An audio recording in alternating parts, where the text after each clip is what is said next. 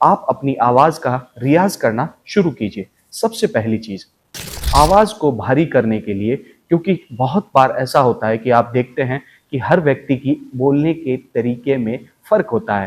कोई व्यक्ति नाक से बोलता है, हेलो भैया कैसे हैं आप, नमस्ते भैया। अब उसको बेचारे को ये पता ही नहीं है कि वो बचपन से नाक से बोल रहा है, उसको यही लगता है कि उसकी आवाज ही ऐसी है, लेकिन उस आवाज को सुधारा जा सकता है। कोई व्यक्ति है जो नमस्कार कैसे हैं आप, वो और बेस का यूज करता है और डार्क करता चला जाता है और ज्यादा डार्क। ये आप जब आप पेट से बात करते हैं, आप सीने से बात करते हैं, गले के अलग अलग हिस्सों से बात करना शुरू करते हैं, नाक से बात कर रहे हैं, नॉर्मली होठों से बात कर रहे हैं, तो आप गले के किस हिस्से का इस्तेमाल कर रहे हैं, अंदरूनी हिस्से का, बाहरी हिस्से का, अलग अलग वॉइसेस के साथ, अलग अलग वेरिएशन के साथ आपको बात करना शुरू करना पड़ेगा।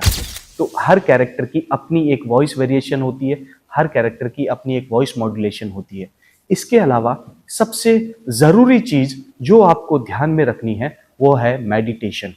अब मेडिटेशन के लिए सबसे पहली चीज़ आपको अपनी सांसों को सिंक्रोनाइज करना होगा। नॉर्मली प्रॉब्लम कहाँ होती है कि आप जो सांसें लेते हैं वो बहुत छोटी छोटी लेते हैं, आपको पता ही नहीं है। आप अपनी निजी ज़िंदगी में सांसें जो है वो बहुत छोटी छोटी, बहुत थोड़ी थोड़ी लेते चले जा रहे हैं, तो आपकी सांसें भी कम होती जा रही है। आप कैसे और जोर से बोल पाएंगे, कैसे अपनी आवाज को 200 मीटर दूर बैठे व्यक्ति को सुना पाएंगे, और कैसे आप एकदम नजदीक के व्यक्ति को वॉइस थ्रो के साथ अपनी आवाज को, अपनी बात को कह पाएंगे। बिल्कुल उसी तरीके से आपको अपनी वॉइस में वेरिएशन लाने के लिए, मॉड्यूलेशन के लाने के लिए आपको सबसे पहले मेडिटेशन को कंट्रोल करना होगा।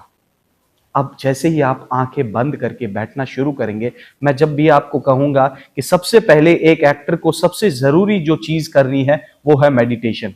और वो मेडिटेशन आपके लिए क्यों जरूरी है? क्योंकि आप एक नया किरदार करने जा रहे हैं, आप एक नई सोल को अपनी बॉडी में एंटर करवाने जा रहे हैं।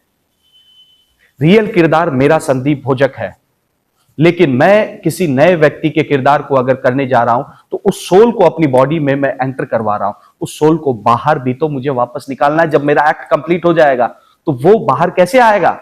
वो बाहर आएगा मेडिटेशन के जरिए, क्योंकि जब आपके दिमाग पर आपका कंट्रोल होगा, आपके दिमाग में हजारों चीजें चल रही होगी, तो आप उस कैरेक्टर पे फोकस कर ही नहीं पाएंगे। आपको उसको फोकस करने के लिए सबसे पहले अपने दिमाग को शांत करना होगा। अपने दिमाग को शांत करने के लिए सबसे पहली चीज जो आपको करनी है वो है अपनी सांसों को सिंक्रोनाइज करना, अपनी सांसों पे कंट्रोल करना। तो सबसे पहले ये फॉर्मूला है वो यूज करना शुरू कीजिए, 4-8-4। 4-8-4 क्या है कि 4 सेकंड में धीरे धीरे आपको सांसें लेनी है, फिर 8 सेकंड तक उनको होल्ड करना है, फिर 4 सेकंड में धीरे धीरे उसको बाहर एक्सेल करना है। तो 4 सेकंड में इनहेल करना है, 8 सेकंड तक होल्ड करना है और 4 सेकंड में एक्सेल करना है। ये ऐसा नहीं है कि आप उसको 10 मिनट के लिए कर रहे हैं। जब भी आप फ्री बैठे हैं, जब भी आप कहीं खाली बैठे हैं, तो सांसों को गिनना शुरू कर दीजिए। आप अकेले बैठे हैं, कुछ काम नहीं कर रहे हैं, तो सांसों को धीरे धीरे गिनना शुरू कर दीजिए। इससे होगा क्या कि आप डेली लाइफ में उन चीजों को करना शुरू कर देंगे, आपकी सांसें जो है वो कंट्रोल होनी शुरू हो जाएगी। अगर आप देखते हैं कि बहुत सारे साधु जो होते हैं, जब उनका एग्जाम कंप्लीट हो जाता है, उनकी तपस्या कंप्लीट हो जाती है, तो उनके गुरु जो है उनके नाक के पास पाउडर रखते हैं, और अगर उनकी नाक की सांसों से अगर पाउडर उड़ जाए तो वो फेल हो जाता है। तो ये आप एक प्रयोग अपने साथ करके देखिए कि अपने नाक के पास हाथ रखिए और अपनी सांसों को बाहर छोड़ के देखिए, क्या आपकी सांसें आपकी उंगलियों पे महसूस हो रही है?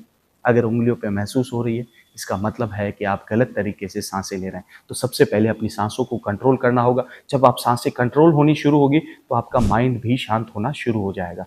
उसके अलावा आपको एक चीज़ और करनी है, वो है टंग। यदि आपका माइंड शांत नहीं हो पा रहा है तो आपको टंग जो है, ये टंग जो हमारी ऊपर की तरफ टच होती है, 1 सेकंड में टच हो जाएगी, लेकिन आपको उसको धीरे धीरे धीरे धीरे उसको ऊपर लेके जाना है, और करीब कोशिश कीजिए 1 मिनट, 1.5 मिनट, 2 मिनट में आप उसको लेकर के जाएं। जब आप ऐसा करना शुरू करेंगे, आप देखेंगे कि आपका दिमाग जो है वो शांत होना शुरू हो गया है, आपका फोकस जो है वो एकदम क्लियर होना शुरू हो गया है। तो ये आप मेडिटेशन के लिए आप इसको कर सकते हैं। आपको बॉडी की स्ट्रेचिंग करनी है, आपको बॉडी को अलग अलग तरीके से उसको चला करके देखना है, अपने हाथों को इस तरीके से मोड़ करके, अपने चेहरे को अलग अलग तरीके से ये मोड़ करके अपनी बॉडी को पूरी स्ट्रेचिंग करनी है, हाथों को, पैरों को। तो ये जब तक आप इसको डेली लाइफ में, डेली रूटीन में नहीं करेंगे, वरना बॉडी आपकी स्टिफ होती चली जाएगी। आप खड़े होकर के बात करना शुरू कर देंगे, क्योंकि जब एक्टिंग करते हैं तो आप देखते हैं कि आपके हाथ जो है बिल्कुल नीचे हैं और आप अपनी पॉकेट में हाथ डालने की कोशिश करते हैं, अपने हाथों को बांधने की कोशिश करते हैं, अपने पैरों को कंट्रोल करने की कोशिश करते हैं। तो वो जो आपके अंदर कॉन्शियसनेस है, उस कॉन्शियसनेस को बाहर निकालने के लिए आपको अपनी बॉडी को फ्रीडम देनी पड़ेगी, उसको खुला छोड़ना पड़ेगा। आपके डायलॉग के साथ साथ आपके हाथ भी चलने चाहिए, आपकी बॉडी भी रिएक्ट करनी चाहिए, आपका सिर भी रिएक्ट करना चाहिए, आपकी आंखें भी रिएक्ट करनी चाहिए, आपके पूरे फेस के एक्सप्रेशन खुल करके आने चाहिए। तो उसके लिए आपको अपनी पूरी बॉडी की stretching each and every day करनी होगी, तभी जा करके आप उस पर कंप्लीट कर पाएंगे। तो सबसे मेन जो चीज आ जाती है वो है ऑब्जर्वेशन। अब ऑब्जर्वेशन क्या है? ऑब्जर्वेशन बेसिकली जब आप किसी नए कैरेक्टर को करने के लिए जाते हैं तो वो कैरेक्टर आपको नहीं पता कैसा दिखता होगा, कैसे चलता होगा, किस तरह से बोलता होगा, लेकिन आपको अपने रियल लाइफ में, अपने आसपास में ऐसे बहुत सारे कैरेक्टर मिल जाते हैं जो कहीं ना कहीं वो कैरेक्टर से, उस कहानी से मिलते जुलते होंगे। तो एज एन एक्टर आपको सबसे पहली चीज क्या करनी है वो ये है कि लोगों को ऑब्जर्व करना। ऑब्जर्व इन द सेंस, जैसे कि आप किसी रेस्टोरेंट में बैठे हैं, किसी पार्क में बैठे हैं, तो अपने आसपास में जितने भी लोग बैठे हैं उनको ऑब्जर्व करना शुरू कीजिए। ऑब्जर्व इन द सेंस कि वो किस तरह से उठ रहे हैं, किस तरह से बैठ रहे हैं, क्या खा रहे हैं, किस तरीके से खा रहे हैं, अगर बोल रहे हैं तो किस तरीके से बोल रहे हैं, उनके बोलने का रेशियो क्या है, उनके बोलने का टेम्पो क्या है, उनके बोलने का पेस क्या है। टेम्पो इन द सेंस वो किस मॉड्यूलेशन में बोल रहे हैं। अरे भैया मैं तो वहां जा रहा था, तो उसका बोलने का ये स्टाइल है, ठीक है। अब वो पेस क्या है? Pace in the sense speed. अरे भैया मैं तो वहां जा रहा था, अरे भैया मैं तो वहां जा रहा था, अरे भैया मैं तो वहां जा रहा था। तो ये जो पेस है, आप स्पीड जो है वो बोलने की हर व्यक्ति की अलग अलग होती है। तो उस स्पीड को ध्यान में रखिए, उनके टेम्पो को ध्यान में रखिए, उनके मॉड्यूलेशन को ध्यान में रखिए, उनके वेरिएशन को ध्यान में रखिए, वो किस तरीके से उठते हैं, किस तरीके से बैठते हैं, किस तरीके से चलते हैं। उन सारी चीज़ों को ऑब्जर्व करना शुरू कीजिए और उनको अपने सबकॉन्शियस माइंड में सेव करके रखिए, उनको एक मेमोरी के रूप में, ताकि जब इन फ्यूचर आपको कोई इस तरह का किरदार मिले तो आपको आसानी हो वो कैरेक्टर को बनाने में। क्योंकि आप हूबहू अगर आप उस कैरेक्टर को उस चीज के साथ प्रस्तुत कर देंगे, उस बॉडी लैंग्वेज को, उसकी माइंड की सोचने की एक्सरसाइज को, उसके देखने के तरीके को, उसके बोलने के तरीके को, उसके सोचने के तरीके को, कुछ लोग इस तरीके से देखते हैं, कुछ लोग सोचते अलग तरीके से, कुछ लोग बोलते अलग तरीके से। हाँ भैया मैं तो उधर ही गया था, कैसे आप, नमस्ते भैया। किस तरीके से देख रहा है, किस तरीके से बोल रहा है, कहाँ देख रहा है, क्या बोल रहा है।